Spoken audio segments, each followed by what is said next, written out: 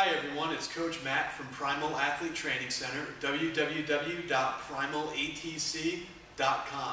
Guys, today we are actually continuing our talk regarding lower back health and lower back pain in throwers. Now, if you checked out our blog post and our video from yesterday, what you saw was the video really had to deal with the reasons and some of the common problems that are associated and the common reasons why a lot of throwers, when they get to right around the end of high school in their early 20s, start to experience a lot of lower back issues and lower back pain when they're throwing and when they're training here in the weight room. And the main issue that I spoke about yesterday had to deal with flexibility, being more flexible, having more flexible hamstrings, more flexible hips, and how those two things, when they get more flexible, are going to make your back a lot healthier because it takes a lot of the pressure and it takes a lot of the pounding off of your back and puts them into where it's supposed to be, where you're supposed to be the strongest and the most flexible. If these two break down, if your hips and your hamstrings break down, everything's going to go right into your back, and that's where you're going to feel it. Well, today what I want to do is talk more about flexibility and actually show you some exercises that are going to get your hamstrings and your hips a lot more flexible. Now, two of these exercises we actually do during our general warm-up that we do here at Primal. The other two exercises are specific just to our athletes who do have really inflexible hamstrings and really tight hips. The first one is just your basic hamstring stretch. Now, before I go into this, what I wanted to let you know is that these stretches are all done after a good active warm-up. So the athletes, their heart rate is already raised. They already have, they already have their blood pumping. They already have a sweat broken. Their core temperature is already raised. Once they're warmed up, then we do these stretches. The first one is a hamstring stretch. Now for this one, what you want to do, and I'll do this from the side, is you want to take one foot and put it in front of the other. Then you want to take that toe and point that toe as high up to the ceiling as you possibly can. Now the first few reps, we're going to do 10 in total. The first few reps we're going to go down nice and slow, keeping that leg as straight as possible, and you're going to feel the stretch in the hamstring.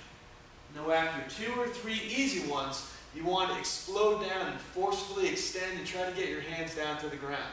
We'll do 10 total, so I have 7 more left.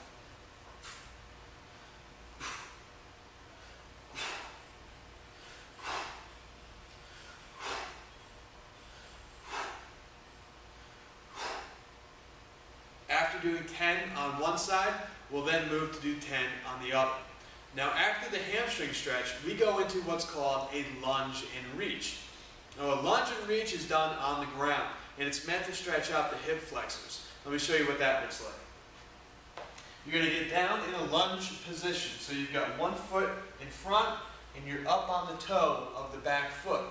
Now from here, we have our hips underneath us. Our hips aren't sticking out. The hips are underneath us, and we're going to put this front foot way out in front. Okay, so we're not in that perfect lunge. We're actually a lot further out. Now we're going to push through that back foot, and we're going to try to get our hips all the way down to the ground. And you're going to feel a nice stretch in the hip flexor of that back leg. So we're going to do 10. You're going to hold each one for about 3 or 4 seconds. Go back and relax, and then try to fire down. You want to try to get lower each time, and you're going to feel that stretch right in the hip flexor of the back leg. Now after doing 10 on one side and 10 on the other side, you're going to start to feel the hamstrings and the hip open up. Now when these get more flexible and these get more mobile, you're going to actually feel the lower back start to loosen up, and you won't be as accustomed to putting all the weight in your lower back. The other movement that I would want my athletes to do if they did have very tight hamstrings and very tight hips would be an active hamstring stretch using something like a dumbbell or a kettlebell. Now for this, we're not going to go too heavy. They'll grab either a 12-kilogram kettlebell or a 16-kilogram kettlebell. And just like we showed you yesterday, we're going to teach them how to hinge at their hips. We're going to have their feet about squat position, a little bit wider than shoulder width. We're going to have the shoulders back, and we're going to have the head nice and tall. Now from here, the first move is to start to sit back with the butt. So you're going to start to stick your butt out. As you stick the butt out, you're going to keep your back nice and flat, and you're going to reach down to the ground. The further you can stick it back, the further the kettlebell is going to go down to the ground. And you're going to feel a really intense stretch in your hamstrings. So we'll do it a few more times. You're going to go down, keep sitting back, keep sitting back, keep sitting back, up. As you come up, you're going to squeeze your butt at the top. You're going to relax, push the hips back, feel that stretch, come up, sit back, back, back, back, and up. So you want to just let gravity do its thing. Let gravity take that kettlebell down to the ground.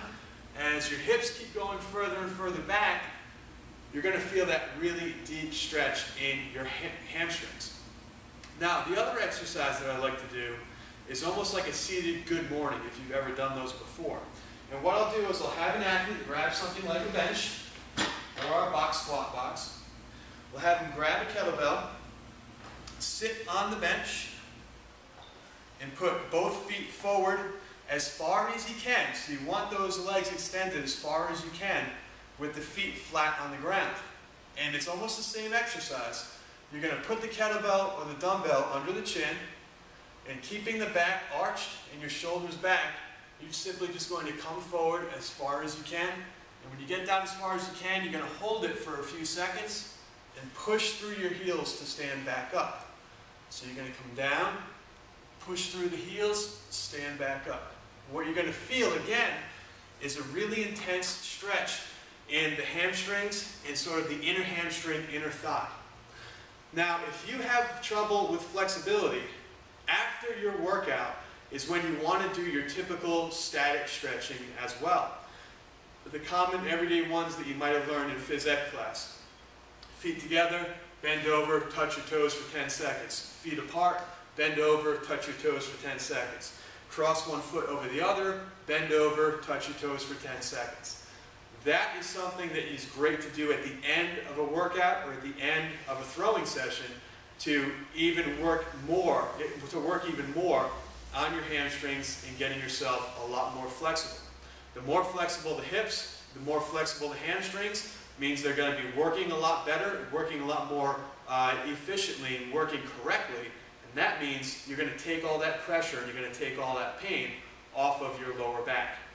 Guys, it's Coach Matt, Primal Athlete Training Center. Please make sure to check us out, www.primalatc.com. And if you haven't done so already, like us on Facebook. That's a great way to let your friends and your teammates and your coaches know that you like Primal Athlete Training Center, that you're watching our videos and checking out what we have to say. If you have any questions, you can leave them right on the Facebook page. Just search for Primal Athlete Training Center. You'll see the logo pop right up, just like it does at the beginning of all these videos. Hope to see you there soon.